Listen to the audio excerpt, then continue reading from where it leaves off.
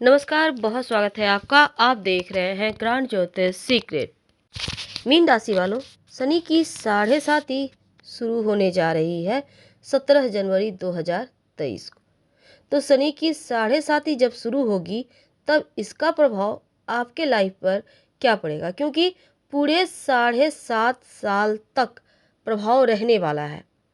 अब आप सोचेंगे 7.5 होती क्या है भला।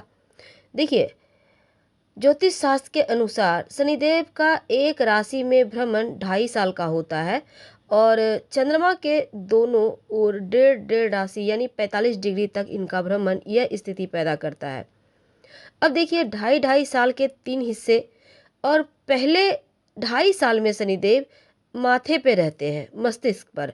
दूसरे 2.5 साल में छाती पर रहते हैं और पेट पर। अंतिम 2.5 साल पैर पे रहते हैं। तो यानी जो छाती पर ढैया वो छाती और पेट पे है और अंतिम नीचे पैर पे आ जाता है। तो 2023 में शनिदेव जो है वो 17 जनवरी को मकर राशि से निकलकर कुंभ राशि में पहुंचेंगे और आपकी 7.5 यहाँ से शुरू हो जाएगी।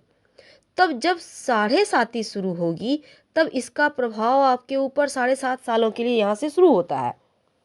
और इस बीच 17 जून 2023 में ही से लेकर 4 नवंबर के बीच शनिदेव वक्री अवस्था में रहेंगे। तो इस समय खास ध्यान आपको रखना होगा।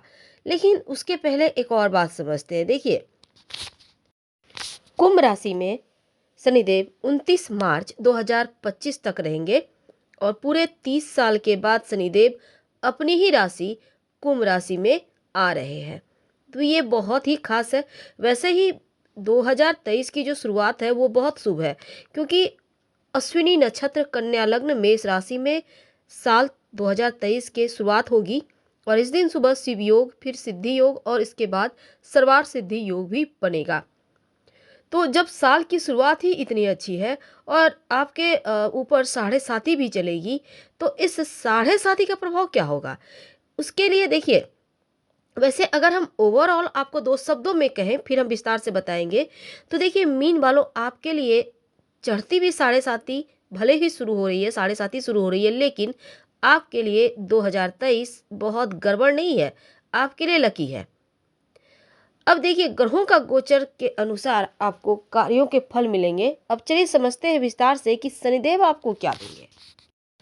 देखिए मीन राशि वालों, जब 7.5 की शुरुआत होती है ना, तो थोड़ा सा सर में भारीपन सा लगता है। रिश्तों की समस्या परेशान करती है, खासकर आपके जीवन साथी के साथ आपके थोड़े से दूरियां आ जाती है। बेवजह का तकरार होने लगता है।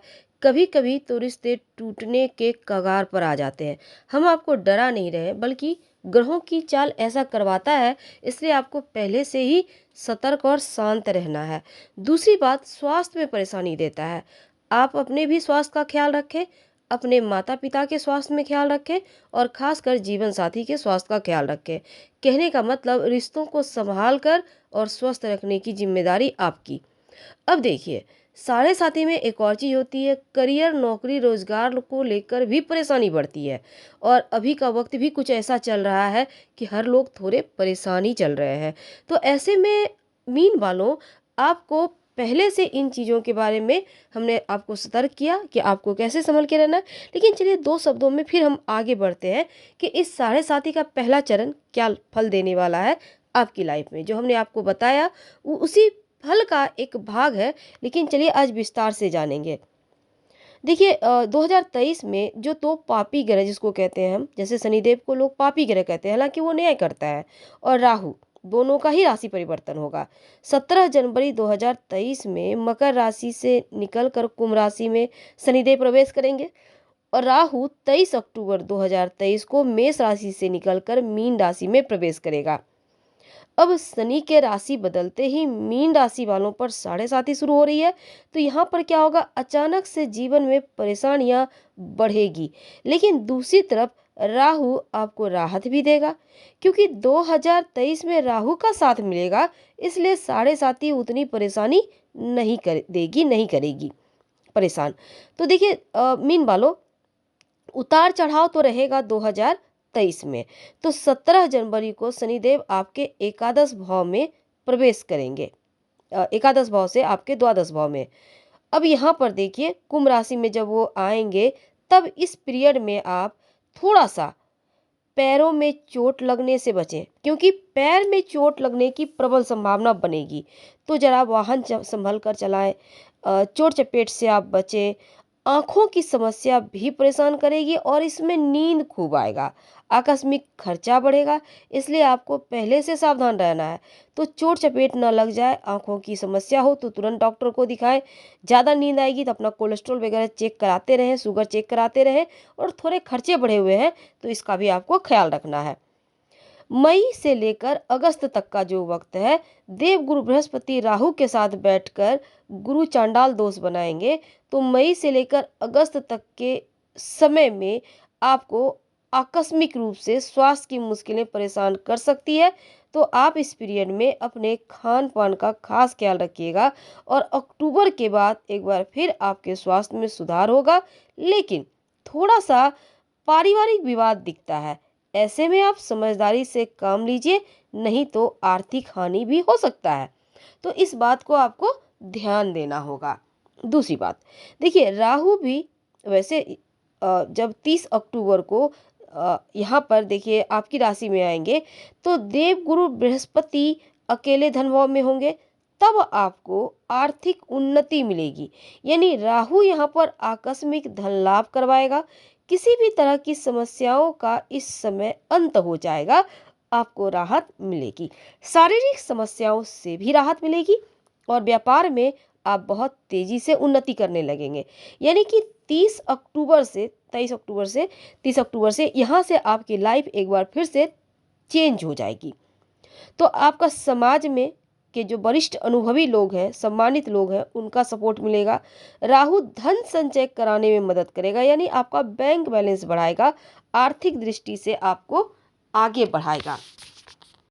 तो मीन वालों, जो शनिदेव हैं वो आपके एकादश और 12वें भाव के स्वामी हैं और आपके द्वादश भाव में रहेंगे, गोचर करेंगे। तो 7.5 का प्रथम चरण यहाँ से शुरू होगा और 2.5 साल के बाद जब वो आपके लग्न में आएंगे तब 7.5 छाती पर चलनी शुरू हो जाएगी, और उसके बाद धन भाव में आने से अंतिम 7.5 चलेगी, अंतिम ढैया जिसको कहते हैं। तो द्वादश भाव में शनिदेव के आने से स्वास्थ्य का आपको खूब ख्याल रखना है। पूरे 2.5 साल स्वास्थ्य का ध्यान रखें। इसमें पैरों की समस्या, एड़ी में दर्द, पैर में किसी तरह का चोट चपेट न लग जाए, मोच ना आ जाए, इसका खास ख्याल रखना है।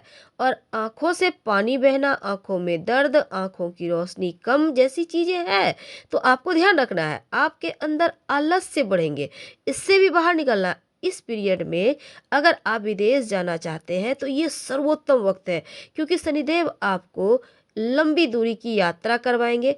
अगर आप विदेश में जाकर रहना चाहते हैं तो भी आप रह पाएंगे, विदेश जाकर अच्छी स्थिति आप पा सकते हैं। हालांकि खर्चे बढ़ेंगे, लेकिन किसी निकटवर्ती व्यक्ति के स्वास्थ्य पर भी आपको खर्च करना पड़ सकता है, इसका भी ध्यान रखें। विदेशी व्यापार से लाभ होगा, विदेशी मुद्रा भंडार बढ़ेगा, बैंक बैलेंस बढ़ेंगे और शत्रु विरोधी कोर्ट कचहरी संबंधी मामलों में खर्च भले हो पर विजय स्त्री भी प्राप्त होगी। तो इसमें आपको शनिदेव लंबी लंबी यात्राएं करवाएंगे, और ये यात्रा हालांकि आप के इच्छा के विरुद्ध भी हो सकता है, जो आपको टेंशन देगा। ऐसे में आप सही रास्ते पर चलिए तो ज़्यादा अच्छा है, नहीं तो फिर आप मुश्किलों में घिर सकते हैं। तो शनिदेव न्याय के देव है, इसलिए आपको कोई भी ऐसा कार्य नहीं करना जो आपको लगे कि वो गलत रास्ता है, तो गलत रास्ते पर जाने से बचना है। तो 17 जनवरी को द्वादश भाव में आकर वो आपको लंबी दूरी की यात्रा, विदेश यात्रा करवाएंगे। अब देखिए दूसरी तरफ राहु केतु का भी चाल विशेष होगा।